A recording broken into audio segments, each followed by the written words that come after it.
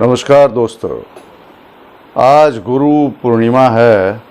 इस अवसर पर मुझे हार्दिक प्रसन्नता हो रही है कि मैं आप लोगों से कुछ बात करूं गुरु की कृपा के बारे में,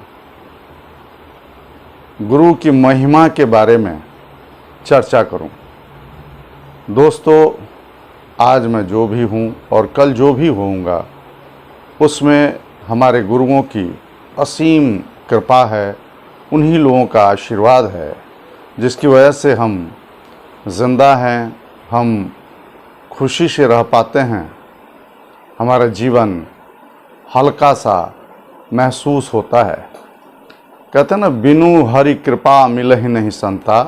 जिस तरह बिना हरि के कृपा के संत के दर्शन नहीं होते हैं, उसी तरह गुरु का भी मिलना कोई पूर्व जन्म का ही रहस्य होता होगा या कई जन्मों के प्रताप से सद्गुरु मिलते हैं।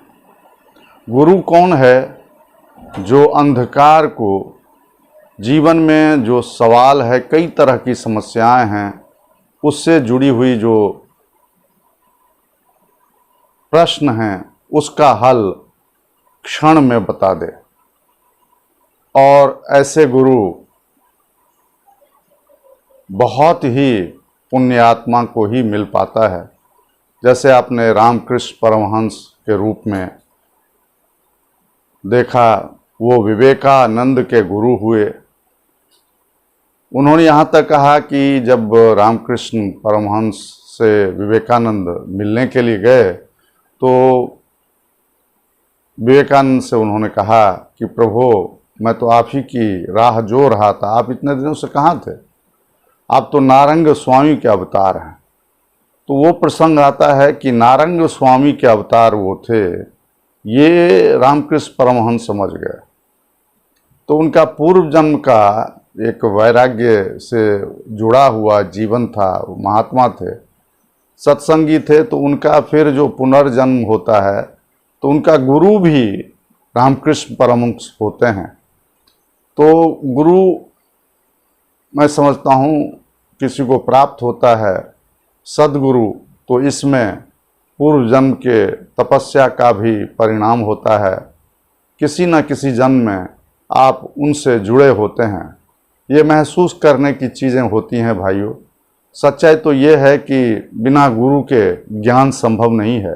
और ज्ञान कौन सा ज्ञान? क्या भौतिक ज्ञान? भौतिक ज्ञान तो जो चीज़ें, मटेरियल चीज़ें हैं, वो भौतिक हैं, जिसका कि खात्मा हो जाता है, जिसका कि अंत हो जाता है। ज्ञान तो वो उसका ज्ञान होना चाहिए गुरु की कृपा से, जो कभी खत्म नहीं होता। गुरु आपके जीवन को रोशनी से भर देता है। खास करके ऐसे गुरु जो आपको ये बताता है, जिसे कोई लोभ आपसे नहीं होता, जिसे आपसे कुछ चाहत नहीं होती, आप उसे धन दें, उसके लिए कोई कार्य करें, वो आपसे कुछ भी नहीं चाहता है, सिर्फ वो प्रेम लुटाता है। और आपके मार्ग पर जो बाधाएं उत्पन्न होती हैं, जो पत्थर खड़ा होता है, उसे हटाने की कोशिश करता है और हमेशा हटाता भी है। आप बीमार होते हैं तो गुरु की कृपा से ठीक हो जाते हैं, गुरु के मंत्र से आप ठीक हो जाते हैं, गुरु के प्रताप से। गुरु अगर आपकी चिंता करने लग जाते हैं तो उनका आशीर्वाद आप तक पहुंचता है और आप बिल्कुल निरोग हो जाते हैं, चलने लगते हैं, उठने लगते हैं, बैठने लगते हैं। तो गुरु की इतनी बड़ी महिमा है। गुरु आपको गलत रास्ते पे जाने से भी रोक पाते हैं। गुरु आपको सही रास्ता दिखाते हैं, कब क्या करना चाहिए वो बताते हैं। तो सद्गुरु मिलना बड़ा ही मुश्किल है। वैसे पहले गुरु व्यास जी को माना जाता है, उसके बाद तो गुरु की परंपरा लगी ही हुई है। आज इस युग में गुरु की जो महिमा है, गुरु गुड़ और चेला चीनी वाली बात हो गई है। तो ऐसे गुरु की खोज नहीं होनी चाहिए जो खुद ही अज्ञान से भरे पड़े हों, जिनको सिर्फ धन दौलत से प्यार हो, जो आपकी अच्छाई, आपका शुभ सिर्फ इसलिए सोचते हैं कि आपके धन से उनको फ़ायदा हो। जिस तरह माँ बाप अपने बच्चों से सिर्फ उसकी कामयाबी चाहता है, उसके धन से, उसके किसी भी चीज़ से उसे कोई उम्मीद नहीं रहती है, निस्वार्थ प्रेम रहता है, ठीक उसी तरह गुरु का भी प्रेम रहता है, निस्वार्थ प्रेम, निस्वार्थ सेवा। गुरु ज्ञान से आप सेवा मार्ग पर चल पड़ेंगे, आप लोगों की सेवा करने लग जाएंगे। आपको गुरु ज्ञान दे देता है कि ये पूरा ब्रह्मांड ईश्वर की बनाई हुई है, तुम भी ईश्वर के अंश हो, तुम में भी ईश्वर बसता है। वो गुरु साक्षात्कार करा देता है ईश्वर से। तो इसलिए बिना गुरु के ज्ञान संभव नहीं है। गुरु आपको आत्मबल देता है, गुरु आपको बताता है कि जीवन का क्या उद्देश्य होना चाहिए, यह जीवन किस लिए मिला है, इस जीवन का उद्देश्य क्या है। निरर्थक इसे गंवाना उचित बात नहीं है। गुरु आपको भौतिक जीवन से जोड़ के आध्यात्मिक जीवन में लाने की कोशिश करता है। गुरु ये नहीं कहता है कि तुम घर परिवार छोड़ दो, पत्नी बच्चों को छोड़ दो, इनके साथ गृहस्था आश्रम निभाते हुए भी तुम पूर्ण रूप से आध्यात्मिक हो सकते हो। तुम्हारे ही शरीर में के अंदर सब कुछ विराजमान है, जो नश्वर है, जो कभी खत्म नहीं होता है।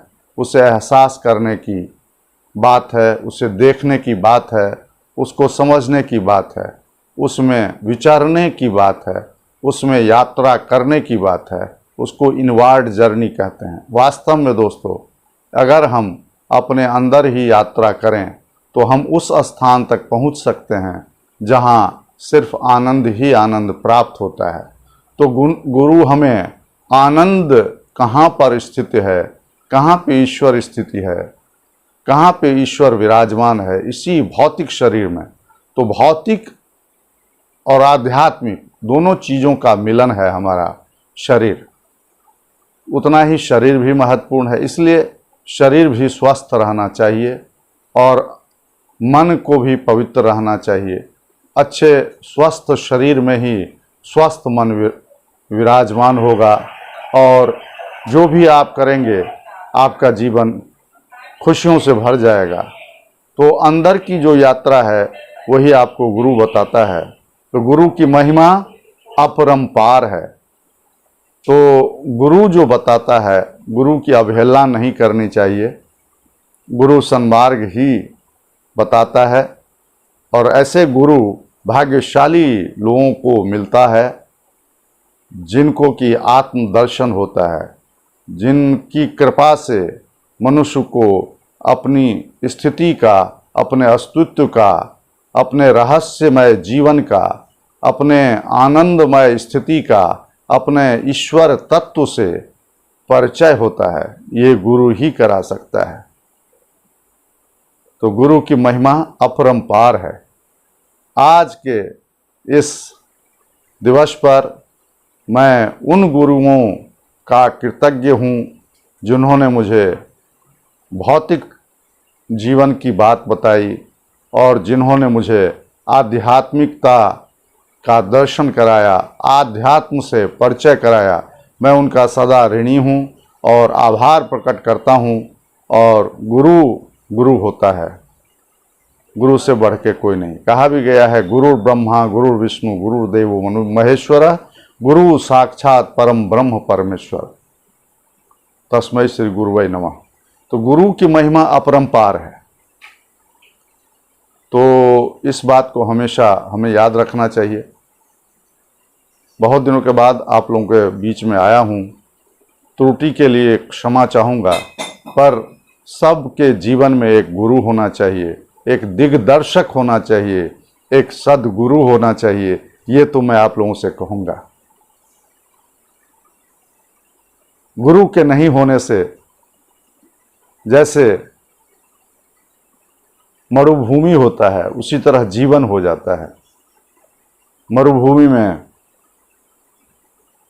क्या होता है, जमीन होती है लेकिन वो उपजाऊ नहीं होता है। उसी तरह जीवन, मनुष्य का जीवन उपजाऊ नहीं होता है। गुरु के मिलने से, गुरु की आज्ञा पालन करने से हर इंसान का जीवन उपजाऊ हो जाता है, आनंदित हो जाता है, ईश्वर से दर्शन हो जाता है। मेरी बातें अच्छी लगी हो तो लाइक सब्सक्राइब ज़रूर कीजिएगा, इतना ही कहना चाहूँगा। और दुनिया के हर गुरु को, जब से सृष्टि बनी है, जिन्होंने ज्ञान बांटा है, सबका मैं कृतज्ञ हूँ और सबके लिए प्रार्थना, प्रणाम, नमस्ते और सबका आशीर्वाद प्राप्त होता रहे। जय हिंद, नमस्कार।